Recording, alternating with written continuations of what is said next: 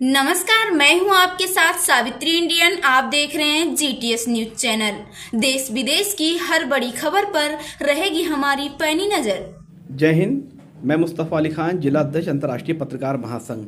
हमने आप सभी से प्रॉमिस किया था कि अंतर्राष्ट्रीय पत्रकार महासंघ मार्च माह में योगा से कैसे फिट रहा जाए इसकी सीरीज़ लेकर के आएंगे। इसी क्रम में आज नंबर 1 सीरीज़ हम लोगों ने स्टार्ट की है।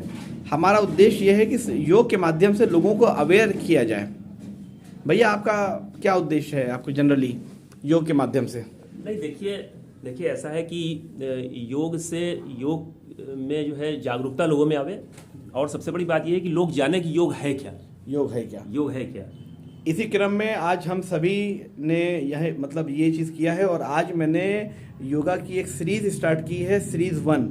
उद्देश्य सिर्फ इतना है कि लोग जागरूक रहें, अपनी हेल्थ के प्रति लोगों के अंदर अवेयरनेस होना चाहिए।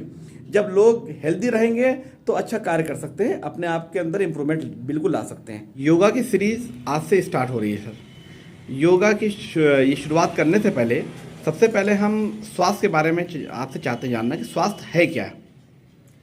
देखिए, एक जन सामान्य में ये धारणा है कि योग करने से उत्तम स्वास्थ्य की प्राप्ति होती है। ये तो बात अपनी जगह सही है, लेकिन सबसे पहले हम ये तो जाने कि स्वास्थ्य है क्या। कौन व्यक्ति स्वस्थ है, इसके लिए परिभाषा दी गई है।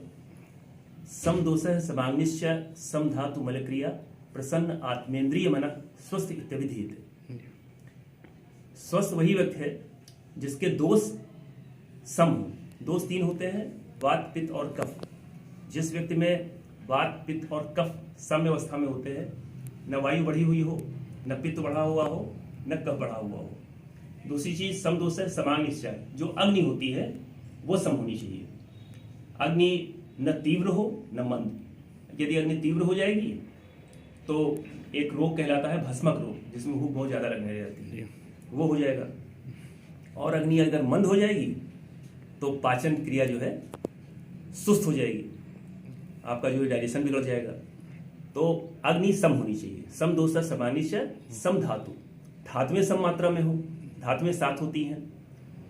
रस, रक्त, मांस, मेद, अस्थि, मज्जा और शुक्र, ये 7 धातुएं जो है सम मात्रा में होनी चाहिए।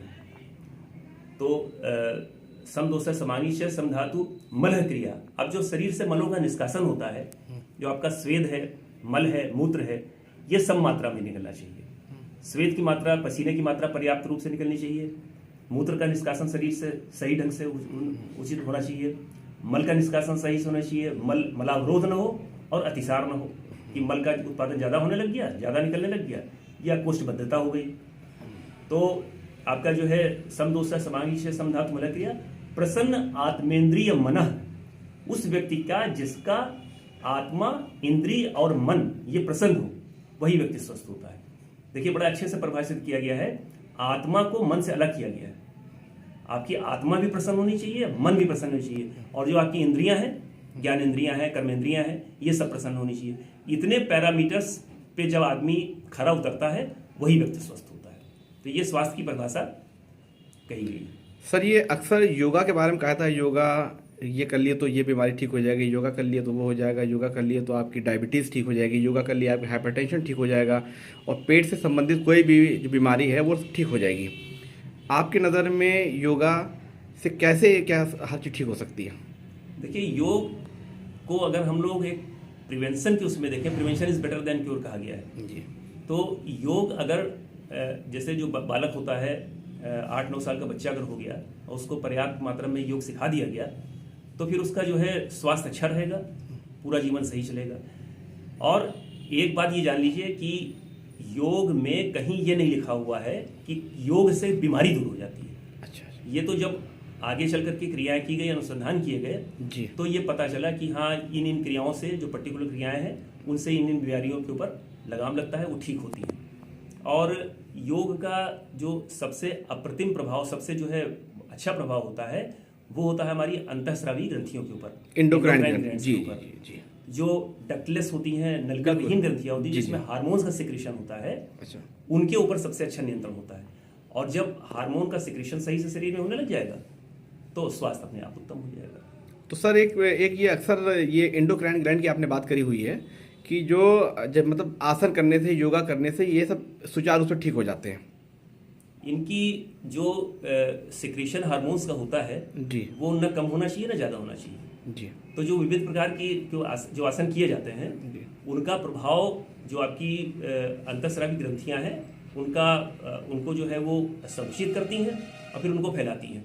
एक तरीके से उनका आसन हो जाता है, तो उससे जो है स्राव जो है हार्मोन्स का सही होने जाता है, तो आदमी का स्वास्थ्य उत्तम हो जाता है। तो आपके अनुसार अगर लोग पर डे की डेट में अगर योगा करेंगे तो स्वास्थ्य रहना शुरू हो जाएगा। जिस तरह लोग फ़ोन का, जैसे फ़ोन आपका हो गया, डिस्चार्ज हो गया, लोगों ने फ़ौरन जा करके फ़ोन को चार्जिंग पे लगा दिया, उसी प्रकार जब सुबह उठे तो योगा ज़रूर करें। देखिए ऐसा है कि योग के बारे में कहा जाता है कि नियमित एवं निरंतर योगाभ्यास ही स्थायी लाभ पहुंचा सकता है। यदि आप नियम से करेंगे और निरंतर करेंगे तभी उसका स्थायी लाभ होगा। अच्छा, जो सर ये अष्ट योग, इसके बारे में? नहीं, अष्टांग योग क्या होता है? ऐसा है, एक जन धारणा है कि योग का मतलब ले लिया गया कि आसन करना, और अगर थोड़ा आसन से आगे आदमी बढ़ा तो वो प्राणायाम कर लेता है। तो समझते हैं लोग, जन सामान्य में धारणा ये हो गई है कि आसन और प्राणायाम ही योग है, जबकि ऐसा नहीं है। योग है अष्टांग योग, जिसमें 8 अंग होते हैं। अगली सीरीज में हम इसके बारे में आपको अष्टांग। ठीक है सर, बहुत बहुत शुक्रिया सर, धन्यवाद। हमारे चैनल को लाइक करें, सब्सक्राइब करें एंड बेल आइकन जरूर दबाएं। धन्यवाद।